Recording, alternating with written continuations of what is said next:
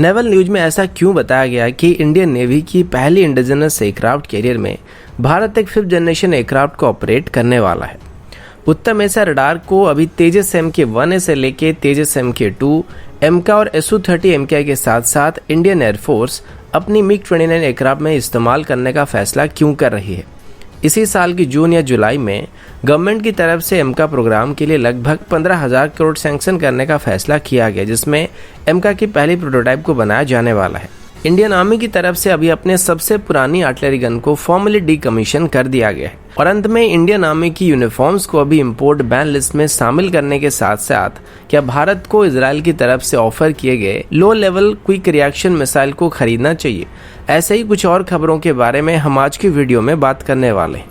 नमस्कार दोस्तों, मेरा नाम है अंशुमन नाइक और आप सभी का बहुत बहुत स्वागत है इंडियन डिफेंस न्यूज की डिफेंस टॉक सीरीज में, जहां पर हम रोज नए नए डिफेंस अपडेट्स के बारे में बात करते हैं। तो चलिए देर न करते हुए आज की वीडियो शुरू करते हैं। आज की पहली अपडेट इंडियन नेवी की तरफ से है। तो नेवल न्यूज में एक रिपोर्ट के मुताबिक इंडियन नेवी की पहली इंडिजिनस एयरक्राफ्ट कैरियर और दूसरी ऑपरेशनल एयरक्राफ्ट कैरियर में अभी एक 5th जनरेशन एयरक्राफ्ट को ऑपरेट किया जाने वाला है। आप सोच रहे होंगे कि यहाँ पर अभी एक 5th जनरेशन एयरक्राफ्ट कहाँ से आ गया, क्योंकि पहले इसमें MiG-29 को ऑपरेट किया जाएगा, जिसे 2030 के बाद twin engine deck based fighter से रिप्लेस करने का प्लान किया गया है। तो यहाँ पर twin engine deck based fighter को एक 5th जनरेशन एयरक्राफ्ट का नाम दिया जा रहा है। अब देखा जाए तो twin engine deck based fighter में जितने भी टेक्नोलॉजी होने वाले हैं वो सभी के सभी एमका के साथ सिमिलर होने वाले हैं। यहाँ तक कि इसका जो फ्रंटल नोज सेक्शन है वो भी डायमंड शेप का होने वाला है, जिस वजह से इसका जो आरसीएस रहने वाली वो अभी तक की किसी भी 4.5 जनरेशन एयरक्राफ्ट के मुकाबले कम रहने वाली है। लेकिन अभी इसमें कोई भी इंटरनल वेपन बे मौजूद नहीं है और कुल मिलाकर इसमें 11 एक्सटर्नल हार्ड पॉइंट्स हैं। तो इस एयरक्राफ्ट को अपने वेपन्स को एक्सटर्नल हार्ड पॉइंट में ही कैरी करना पड़ेगा, जिससे इसकी जो रडार क्रॉस सेक्शन है वो एक 5th जनरेशन एयरक्राफ्ट के मुकाबले थोड़ा ज्यादा रहने वाला है। लेकिन क्लीन कॉन्फ़िगरेशन के साथ इसका जो रडार क्रॉस सेक्शन होने वाली वो नियर स्टेल्थ रहने वाली है। पर फिलहाल प्रैक्टिकल यूज के लिए हम इसको या तो 4++ जनरेशन का एयरक्राफ्ट कह सकते हैं या फिर 5- जनरेशन का एयरक्राफ्ट कह सकते हैं। ये थोड़ी कंफ्यूजिंग है, लेकिन अगर आपने साउथ कोरिया की 5th जनरेशन एयरक्राफ्ट के बारे में सुना होगा तो उसका भी लगभग सेम कॉन्फ़िगरेशन है, यानी कि डिजाइन तो स्टेल्थ है लेकिन फिलहाल इसमें कोई भी इंटरनल वेपन बे मौजूद नहीं है। अब अगर INS विक्रांत की बात करें तो इसे इसी साल के अंदर ही नेवी में शामिल किया जाएगा और पहले से हमारे पास MiG-29 के फाइटर जेट मौजूद है, जिनको अब इसमें डिप्लॉय कर दिया जाएगा। फिर 2030 के बाद इसमें twin engine deck based fighter को शामिल करना शुरू किया जाएगा, जो कि MiG-29 को रिप्लेस करने वाला है। अब twin engine deck based fighter की बात करें तो ये साइज में लगभग राफेल जैसा है, लेकिन अच्छी बात यह कि twin engine deck based fighter की जो विंग्स होने वाले वो फोल्डेबल होने वाले, जो कि ज्यादा एयरक्राफ्ट को विक्रांत में स्टोर करने में हमको मदद करने वाले हैं। अब अगर हम चाइना की किसी भी एयरक्राफ्ट कैरियर के साथ INS विक्रांत को कंपेयर करें तो उनके एयरक्राफ्ट कैरियर में मेनली रशियन ऑरिजिन SU-33 के कॉपीज यानी कि J-15 एयरक्राफ्ट को ऑपरेट किया जाता है, जो कि साइज में लगभग twin engine deck based fighter के 2 गुने के आसपास है। तो यहाँ पर INS विक्रांत को ये फायदा होने वाला है कि ये चाइनीज एयरक्राफ्ट कैरियर से साइज में छोटे होने के बाद भी लगभग उसको मैच करने लायक एयरक्राफ्ट को कैरी कर सकेगा। और ऊपर से twin engine deck based fighter Chinese J-15 से टेक्नोलॉजी के मामले में बेहतर रहेंगे। अब भले ही J-15 एक बहुत ही बड़ा एयरक्राफ्ट है, लेकिन ये चाइनीज एयरक्राफ्ट कैरियर से फुल वेपन लोड के साथ टेक ऑफ नहीं कर पाएंगे, जबकि twin engine deck based fighter आसानी से अपनी ऑप्टिमल वेपन लोड के साथ INS विक्रांत से टेक ऑफ कर पाएंगे। और ये किसी भी कॉन्फ्लिक्ट जैसे सिचुएशन में इंडियन एयरक्राफ्ट कैरियर्स को चाइनीज एयरक्राफ्ट कैरियर के मुकाबले बेहतर एडवांटेजेस दिलाने वाले हैं। अगला अपडेट भी इंडियन नेवी को लेके है और अभी इंडियन नेवी की सबमरीन के बारे में हम लोग बात करने वाले हैं। जैसे कि आपको पता होगा कि हाल ही में ही इंडियन नेवी में कलवरी क्लास की तीसरी सबमरीन को शामिल किया गया है, जिसका नाम INS करंस था। और इसी सीरीज के अभी 2 और सबमरीन भी लगभग कंप्लीट होने वाले हैं और इनकी अभी सी ट्रायल चल रही है, जिसमें से एक का नाम INS वेला और दूसरे का नाम INS बक्सीर है। INS वेला को मजगांव डॉक लिमिटेड की तरफ से 2019 की मई के महीने में लॉन्च कर दिया गया था और अभी इसका सी ट्रायल चल रहा है। वहीं पर INS बक्सीर की बात करें तो इसका अभी लगभग आउटफिटिंग चल रहा है। बाकी बचा इसी क्लास का आखिरी सबमरीन, तो उसका भी लगभग अभी कंस्ट्रक्शन चल रहा है और जल्दी इसको लॉन्च किया जाएगा। अभी हमारे पास कुल मिलाकर 15 कन्वेंशनल सबमरीन मौजूद है, जिसमें से 8 रशियन ओरिजिन किलो क्लास के सबमरीन है, 4 जर्मन ओरिजिन SDW सबमरीन है और 3 अभी स्कॉर्पियन सबमरीन है। अब स्कॉर्पियन क्लास की सबमरीन की बात करें तो अभी हमारे नेवी के सबसे बेहतरीन सबमरीन है, लेकिन इसमें अभी AIP सिस्टम मौजूद नहीं है, जो कि इनकी पहली रिफिट के दौरान में इंस्टॉल किया जाएगा। और अभी DRDO की AIP सिस्टम भी ऑलमोस्ट कंप्लीट हो चुकी है और शुरुआत में सबसे पहले NS कलवरी में AIP सिस्टम को इंस्टॉल किया जाएगा, जब 2023 में इसकी पहली रिफिट को किया जाएगा और तब जाके हमारे स्कॉर्पियन क्लास की सबमरीन अपने फुल पोटेंशियल को इस्तेमाल कर पाएंगे। फिलहाल अभी इनमें AIP सिस्टम ना होने की वजह से इनकी परफॉर्मेंस के ऊपर इसका काफी बुरा असर पड़ रहा है। अगला अपडेट उत्तम एसा रडार को लेके है। आप सबको याद होगा एरो इंडिया शो के दौरान उत्तम एसा रडार को लेके काफी खबर सामने आई थी और सबसे बड़ी खबर इसकी मॉड्यूलर डिजाइन को बेस करके था, यानी कि उत्तम एसा रडार को किसी भी फाइटर जेट में इस्तेमाल किया जा सकता है, यानी कि इसकी जो रडार एंटीना है इसमें मौजूद TR मॉडल्स को बढ़ाया जा सकता है या फिर घटाया जा सकता है, जिस वजह से किसी भी एयरक्राफ्ट की नोज सेक्शन में फिट करने लायक इसको बनाया जा सकता है। अभी LCAF MK2 प्रोग्राम के प्रोजेक्ट डायरेक्टर ने भी बताया है कि उत्तम एसा रडार की अभी एक स्केल्ड अप वेरिएंट को बनाया जा रहा है, जिसे तेजस MK2 में या फिर LCAF MK2 में इस्तेमाल किया जाएगा और ये तेजस MK1 के लिए डिजाइन किए गए उत्तम एसा रडार से थोड़ा अलग होने वाला है। अब ओरिजिनली उत्तम एसा रडार को तेजस के LCA वेरिएंट में ही इस्तेमाल करने के लिए डेवलप किया जा रहा था, उसके बाद इसको MK के लिए इस्तेमाल करने के लिए डिजाइन किया गया, लेकिन अभी इंडियन एयरफोर्स अपनी सभी एयरक्राफ्ट में इसका इस्तेमाल करना चाहता है। LRD की तरफ से अभी उत्तम एसा रडार की MK2 वेरिएंट की फैब्रिकेशन वर्क को शुरू करने का फैसला किया गया, क्योंकि 2023 तक LCAF MK2 तैयार होने वाला है और उससे पहले ही इसको प्रोडक्शन में लाने की प्रक्रिया जारी है। अब यहाँ पर एक मजेदार बात ये भी है कि तेजस MK1 में जो उत्तम एसा रडार लगने वाला है वो साइज में LCAF MK2 में लगने वाली उत्तम एसा रडार से थोड़ा बड़ा होने वाला है, लेकिन फिर भी LCAF MK2 में जो उत्तम एसा रडार लगेगा उसमें तेजस MK1 में लगने वाली रडार के मुकाबले ज़्यादा TR मॉडल रहने वाले हैं। नॉर्मली तेजस MK1 के लिए जो उत्तम एसा रडार को बनाया गया था उसमें 780 TR मॉडल मौजूद हैं, जबकि उत्तम एसा रडार की जो Mark II वेरिएंट अभी बनाया गया है उसमें 992 TR मॉडल रहने वाले हैं। अब इसी को बेस करके हमारे Su-30 MK एयरक्राफ्ट के लिए भी एक रडार को डेवलप किया जा सकता है, जिसको सुपर सुकोई प्रोग्राम के अंदर अपग्रेड किया जाएगा और अभी Su-30 MK एयरक्राफ्ट में भी उत्तम एसा रडार की एक स्केल्ड अप वेरिएंट को इंस्टॉल करने के लिए फिजिबिलिटी स्टडी शुरू किया गया है। एक बार इसके लिए क्लियरेंस मिल जाए तो Su-30 MK एयरक्राफ्ट के लिए उत्तम एसा रडार का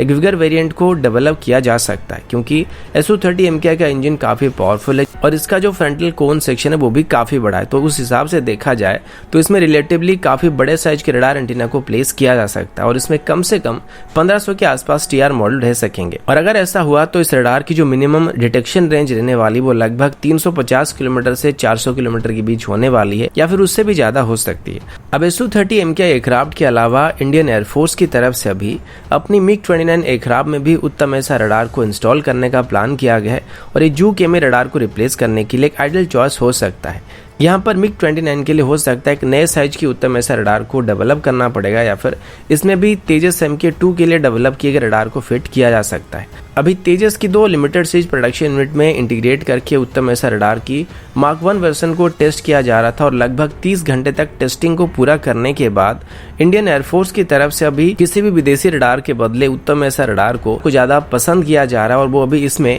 ज्यादा इंटरेस्ट दिखा रहे हैं।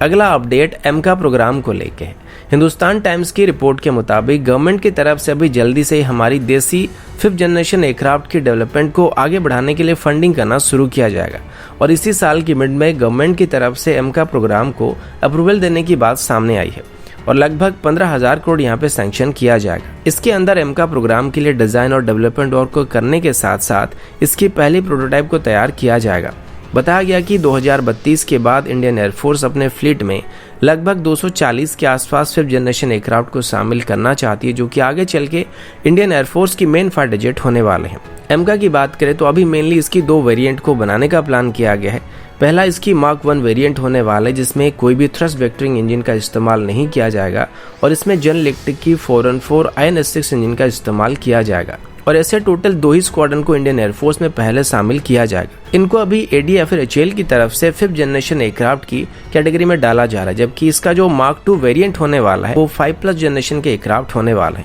और इसमें अभी एडीए की तरफ से 6th जनरेशन की टेक्नोलॉजी को डाला जा रहा है, जिससे कि इसमें काफ़ी सारे एआई सिस्टम को इंट्रोड्यूस किया जाएगा और ये ऑटोनोमस ऑपरेशन को कर पाएंगे या फिर ये ड्रोन्स को भी ऑपरेट कर सकेगा। इसमें अभी एचएएल की तरफ से एक इंडिजिनस इंजन का भी इस्तेमाल करने का प्लान किया जा रहा है, जिसको अभी डीआरडीओ किसी फॉरेन कंपनी के साथ मिलकर बनाने की कोशिश कर रही है। और ये इंजन अभी 6th जनरेशन की इंजन होने वाली, जिसमें किसी भी 5th जनरेशन फाइटर जेट के मुकाबले रिड्यूस्ड एयर सिग्नेचर होने वाला है। और ये स्पेशली डॉग फाइट के दौरान हीट सीकिंग मिसाइल को धोखा देने में काफी काम आते हैं, क्योंकि जो हीट सीकर मिसाइल होते हैं वो इनकी हीट सिग्नेचर को इतनी आसानी से रीड नहीं कर पाते हैं। और अगर वो रीड भी कर पाते हैं तो जब फ्लेयर्स को लॉन्च किया जाता है तो उनका हीट सिग्नेचर एयरक्राफ्ट की इंजन से थोड़ा ज्यादा रहता है। और उसके बाद हीट सीकिंग मिसाइल क्या करते हैं कि प्लेन की इंजन को छोड़ के फ्लेयर्स का पीछा करने लगते हैं।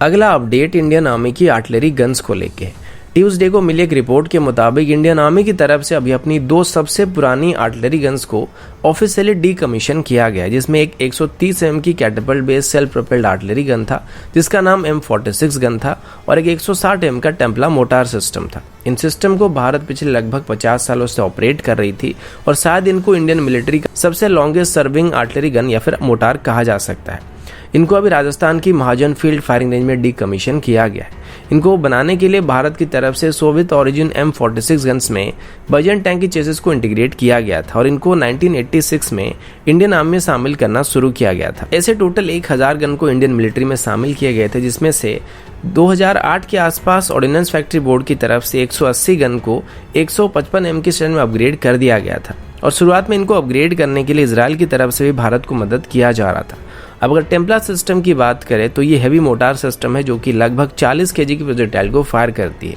और इसकी रेंज भी लगभग 8 किलोमीटर तक। लेकिन इनको इतनी बड़ी मात्रा में इंडियन मिलिट्री में शामिल नहीं किया गया था, क्योंकि किसी भी मोटार के मुकाबले काफी हैवी होते थे और आज की बैटलफील्ड ऑपरेशन के हिसाब से देखा जाए तो ये काफी आउटडेटेड हो चुके थे। इनको आखिरी बार कारगिल के दौरान हमने इस्तेमाल किया था और अभी फॉर्मली इनको डीकमीशन कर दिया गया है। अगला अपडेट इंडियन एयरफोर्स की तरफ से है। पीटीआई की रिपोर्ट के मुताबिक पब्लिक अकाउंट कमेटी की तरफ से अभी डिफेंस मिनिस्ट्री को सवाल किया गया था कि इंडियन एयरफोर्स के लिए जो ACMI यानी कि एयर कॉम्बैट मैन्यूवरिंग इंस्ट्रूमेंट्स को खरीदा गया था उसमें टेक्नोलॉजी ट्रांसफर किया गया था या फिर नहीं किया गया था। अब ये सवाल उतना भी जायज है क्योंकि अभी तक हमने देखा कि कई बार पेपर में टेक्नोलॉजी ट्रांसफर की बात होता है लेकिन ऑफिशियली इंप्लीमेंट नहीं किया जाता है। अब एयर कॉम्बैट मैन्यूवरिंग इंस्ट्रूमेंट्स की बात करें तो एक तरीके से इलेक्ट्रॉनिक सिस्टम है जो कि किसी भी फाइटर जेट में इंटीग्रेट किए जा सकते हैं और इंटीग्रेट करने के बाद ही किसी भी फाइटर जेट के द्वारा किए गए कॉम्बैट सॉर्टी को रिप्ले कर सकते हैं। और इसमें मेनली पायलट को ट्रेनिंग करने के लिए या फिर ट्रेनिंग के दौरान क्या गलती हुआ है उसको पता लगाने में काफी आसानी होती है। यहाँ तक कि ट्रेनिंग के अलावा रेगुलर मिशन के बाद भी मिशन के दौरान किए गए गलतियों के बारे में इससे पता लग जाता है। ऐसे टोटल 100 सिस्टम को भारत की तरफ से इजराइल की VVR सिस्टम से खरीदा गया था और इनको 2007 से 2013 के बीच खरीदा गया था। इसके बारे में अभी बात करते हुए हमारी डिफेंस मिनिस्ट्री की तरफ से बताया गया है कि जब इन सिस्टम को खरीदा गया तो तब इनके साथ कोई भी टेक्नोलॉजी ट्रांसफर करने वाली बात नहीं की गई थी और वैसे भी इनको लिमिटेड नंबर में खरीदा गया था, जिस वजह से इसमें TOT वाला सिस्टम ऐड नहीं किया गया था और ना ही सॉफ्टवेयर डिफाइंड रेडियो की जो कॉन्ट्रैक्ट साइन की गई थी उसमें भी TOT वाला क्लॉज ऐड नहीं किया गया था और इन सभी सिस्टम को भारत ने सीधे तौर पर खरीद लिया था। अगला अपडेट एक मिक्स्ड अपडेट होने वाला है जिसमें हम 2 अपडेट के बारे में बात करने वाले हैं। सबसे पहले तो कल मैंने आप सभी को बताया था कि भारत की तरफ से अभी एक इंपोर्ट बैन लिस्ट को तैयार करने की बात सामने आई थी और इसे 7 मार्च के एंड तक भारत पब्लिश करने वाला है। इसके बारे में बात करते हुए अभी हमारे chief of defence staff general Bipin Rawat ने बताया है कि अभी आत्मनिर्भर भारत प्रोग्राम को हर मुमकिन आगे बढ़ाने की कोशिश किया जा रहा है, जिसमें सबसे पहले उन सिस्टम को बैन किया जाएगा जो कि हम खुद अभी मैन्युफैक्चर कर सकते हैं। पहले ऐसे 101 डिफेंस इक्विपमेंट को इंपोर्ट करने पर पाबंदी लगा दिया गया था और अभी आर्मी की यूनिफॉर्म्स के ऊपर भी इंपोर्ट बैन को लगाया जा सकता है क्योंकि हम इनको खुद बना सकते हैं और इनको इंपोर्ट करने की कोई जरूरत नहीं पड़ने वाली है। जनरल बिपिन रावत ने यह भी बताया कि पिछले 1 या 2 सालों में डिफेंस यूनिफॉर्म्स और हाई अल्टीट्यूड कपड़ों को लेकर काफी सारे नए नए इंडियन इंडस्ट्री सामने आ चुके हैं, लेकिन उससे पहले इंडियन आर्म फोर्सेस के लिए जो यूनिफॉर्म्स की जरूरत होती थी उसकी एक बड़ी मात्रा को इंपोर्ट करना पड़ता था, लेकिन अभी ऐसा नहीं किया जाएगा और अभी उस पर पाबंदी लगा दी जाएगी। एक और अपडेट ये कि कल मैंने आप सभी को ये बताया था कि कल्याणी रफेल एडवांस सिस्टम की तरफ से अभी हैदराबाद बेस्ड अपनी फैसिलिटी में MRSAM की कंपोनेंट्स को बनाना शुरू कर दिया गया है और इनकी प्रोडक्शन अभी शुरू हो चुकी है। इसके लिए लगभग $100 मिलियन के कॉन्ट्रैक्ट को कल्याणी रफेल एडवांस सिस्टम को दिया गया था, जिसके अंदर वो 1000 MRSAM की किट्स को मैन्युफैक्चर करने वाले थे। लेकिन अभी एक खबर सामने आई जिसमें ये बताया गया है कि कल्याणी राफेल एडवांस सिस्टम की तरफ से अभी भारत को एक और मिसाइल सिस्टम को ऑफर किया जा रहा है। इसका नाम LLQRM यानी कि low level quick reaction missile है, जो कि मेनली डबे मिसाइल को बेस करके, और इसे अभी राफेल एडवांस सिस्टम की तरफ से भारत को ऑफर किया जा रहा है। वैसे मेरे हिसाब से भारत इसे नहीं खरीदेगा, क्योंकि इस सेगमेंट की बात करें तो हमारे पास अभी पहले से ही QRSAM मौजूद है और अभी हम खुद की VLSR को भी डेवलप कर रहे हैं, तो इसे खरीदना भारत के लिए कोई खास फायदेमंद नहीं होने वाला है। तो दोस्तों अभी के लिए इतना ही, मिलता हूँ आपसे अगले वीडियो में, तब तक के लिए जय हिंद, वंदे मातरम।